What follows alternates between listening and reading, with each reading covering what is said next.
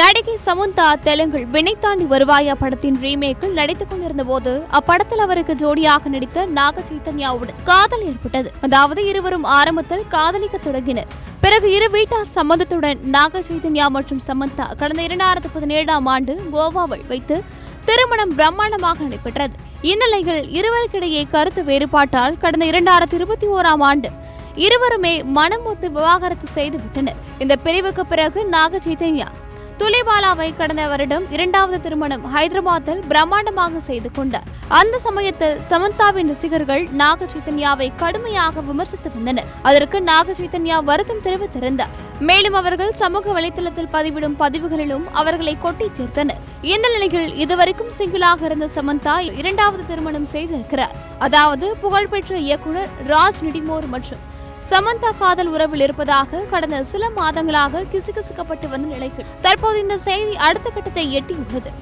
இந்த ஜோடி ரகசியமாக திருமணம் செய்து கொண்டதாக சமூக வலைதளங்களில் செய்தி காட்டுத்தீயாக பரவி வருகிறது. டிசம்பர் 1ஆம் தேதி 2025 அன்று இவர்கள் திருமணம் செய்துள்ளனர்.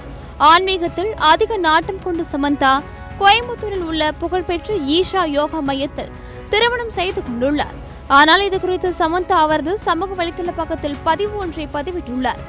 தற்போது இந்த புகைப்படங்கள் வைரலாகி வருகிறது. மேலும் நாக சைத்தன்யாவை கழுவி ஊற்றிய ரசிகர்கள் தற்போது சமந்தாவிற்கு பாசிட்டிவாக கமெண்ட் பதிவிட்டு வருகின்றனர். நடிகை சமந்தாவுக்கும் ராஜ் நிடிமோருவுக்கும் இடையே திருமணம் ஆன தகவல் ஒருபுறம் பரவி வர, மறுபுறம் அவர்களை பற்றிய தகவல்கள் ஒன்று வெளியாகி காட்டுத்தீ போன்று பரவி வருகிறது. அதாவது இவர்கள் இருவருக்கும் இடையேயான வயது வித்தியாசம். அதன்படி சமந்தாவை விட ராஜ் நிடிமோர் தான் மூத்தவர். நடிகை சமந்தாவுக்கு தற்போது 38 வயதுதான் ஆகிறது.